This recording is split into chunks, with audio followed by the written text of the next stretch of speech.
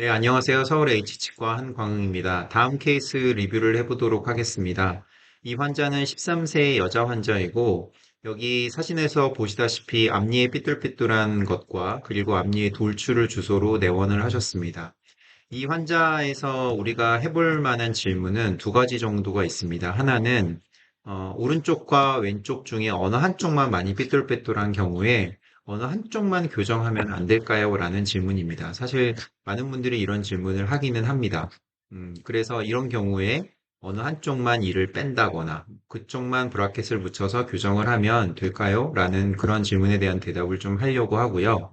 두 번째로는 우리 교정 치료를 하게 되면 치아랑 치아 사이에 있는 뼈에 스크류 또는 마이크로 임플란트라고도 부르는데요. 이런 것들을 많이 심는데 이런 것들이 항상 잘 붙는 건 아니거든요. 그래서 스크류가 뼈랑 잘 안 붙었을 때 어떤 일이 일어나고 또 어떤 식으로 조치를 하면 되는지에 대해서 설명드리도록 하겠습니다. 이 환자의 전체 사진을 보게 되면 아까도 말씀드렸듯이 앞니에 좀 삐뚤삐뚤한 것들이 있고 또 옆에서 보면 치아의 돌출이 확연히 보이기는 하죠. 정면 사진을 보도록 하겠습니다. 정면에서 보면 특징적으로 보이는 것이 아래 앞니의 가운데 선에 비해서 위의 앞니의 가운데 선이 옆으로 많이 경사져 있다라는 걸 알 수 있고요. 이것의 이유는 왼쪽에 비해서 오른쪽이 앞니 쪽이 더 많이 삐뚤삐뚤하기 때문입니다. 그래서 씹는 면에서 위에서 보게 되면 확실히 왼쪽은 좀 가지런한 편인데 오른쪽은 치아들이 좀 겹쳐 있는 이런 삐뚤삐뚤한 양상을 보이고 있습니다. 그래서 이 환자를 치료를 해서 이런 식으로 치아가 경사져 있는 이런 정중선도 치료 후에는 윗니와 아랫니의 정중선이 잘 맞도록 교정을 했고요.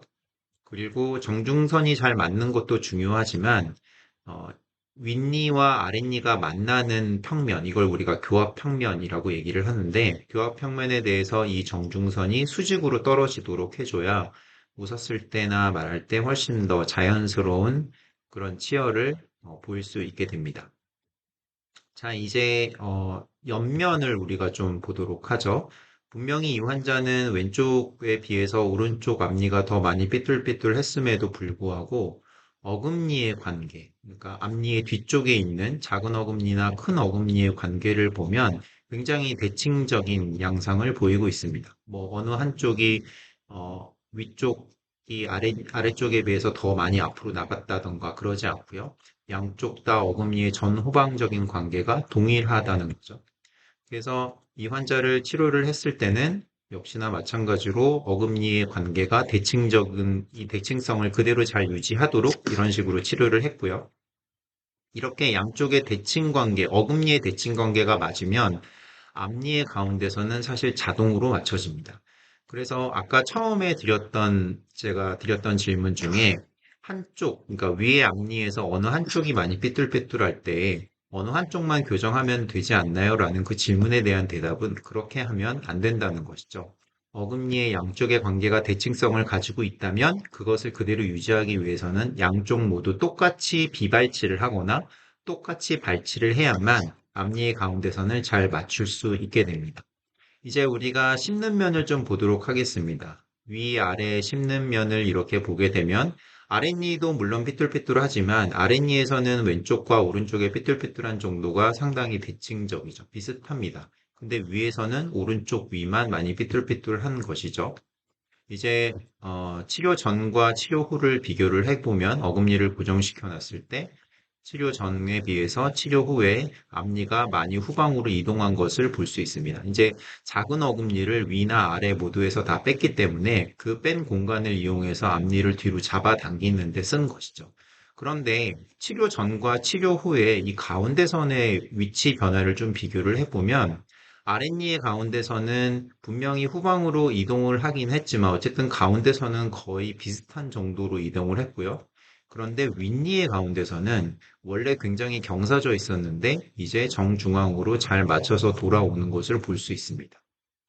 이렇게 되는 이유는 양쪽에서 똑같이 이를 빼줬기 때문에 그리고 똑같이 이를 빼고 또 똑같이 대칭적인 역학을 쓰기 때문에 이 반대쪽에 많이 삐뚤삐뚤하지 않았던 쪽에 이를 발치를 해야만 그쪽 공간으로 앞니의 가운데선을 이동시킬 수 있기 때문이죠. 만약에 삐뚤빼뚤한 쪽만 이를 뺐다면 반대쪽으로 이를 이동시키는 것이 불가능하고 오히려 정중선이 틀어지는 것이 더 심해질 수 있습니다. 그래서 어느 한쪽만 삐뚤빼뚤하다고 그쪽만 교정하면 안 된다는 것을 우리가 이것을 통해서 좀 볼 수 있겠죠.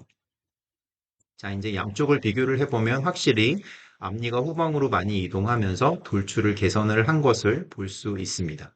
자, 이제 옆에서 보는 이런 세팔로라는 엑스레이를 보도록 하겠습니다. 치료 전과 비교를 해서 치료 후에 보면 입이 많이 들어갔다라는 것을 알 수 있는데 이것을 우리가 지난번에도 했던 중첩 과정을 가지고 비교를 해보도록 하겠습니다. 이렇게 여러 두 개의 앞면에 있는 구조물들을 비슷하게 딱 맞춰서 크기들을 이제 조정을 해서 이렇게 맞춰보면 네.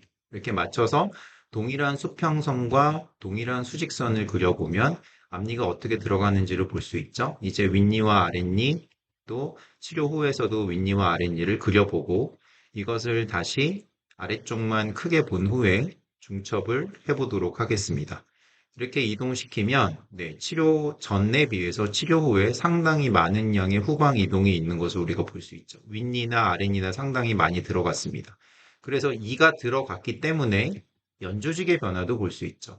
자, 우리가 치료 전에 코에서부터 밑으로 내려오는 이 입술로 내려가는 이 연조직 선, 살의 선을 그어보면 이런 식으로 주황색으로 표시가 되는데 치료 후에는 이제 이런 식으로 윗입술이 들어가고 아랫입술도 들어가는 것을 볼 수 있습니다. 특별히 이 환자는 성장 중이었기 때문에 성장 중에는 이 아래턱 끝이 계속 조금씩 더 자라거든요. 그래서 아래턱 끝의 변화도 치료 후에 보이는 것을 볼 수 있죠. 자, 치료 전과 치료 후를 비교를 해보면 상당히 입술의 돌출이 많이 개선된 것을 볼 수 있고 그런데 조금 의아한 면이 있을 수 있습니다. 앞니가 들어간 양에 비해서 입술이 들어간 양은 상대적으로 좀 적죠.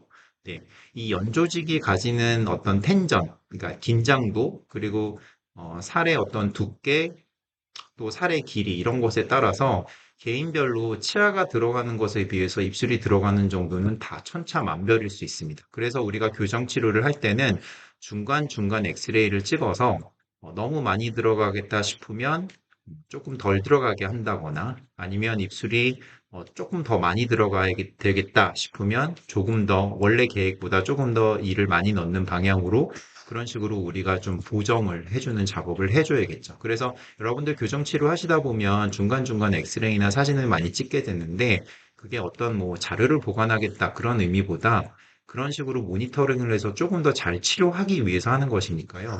사진 찍는 게 좀 번거롭고 귀찮으시더라도 잘 따라와 주시면 좋은 치료 결과가 있습니다. 파노라마 엑스레이에서 보게 되면 이게 이제 치료 전 파노라마 엑스레이고요. 여기 보면 양쪽에 사랑니가 다 있는데 굉장히 깊게 매복이 되어 있고 아직도 발육이 많이 안 돼서 뿌리가 다 자라지 않은 것을 볼 수 있습니다. 치료 후에는 작은 어금니 발치 후에 이런 식으로 이제 배열이 다 끝났고 아까랑 비교해서 사랑니가 이제 많이 뿌리가 많이 자랐고 뼈에서부터 외측으로 바깥쪽으로 이제 많이 나오고 있는 것을 볼 수 있죠.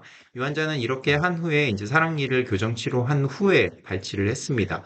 우리 이전 케이스에서 보면 개방교합이 있을 때는 사랑니를 꼭 발치를 하자라고 말씀을 드렸는데 이 환자의 경우에는 개방교합이 아니기 때문에 이런 경우는 사랑니를 발치하는 것은 선택적입니다. 그러니까 치료 중간이나 치료 초반에 해야 되는 것이 아니라 치료 후반 쪽이나 아니면 치료 이후에 치료가 다 종료되고 난 다음에 사랑니를 발치해도 무방합니다.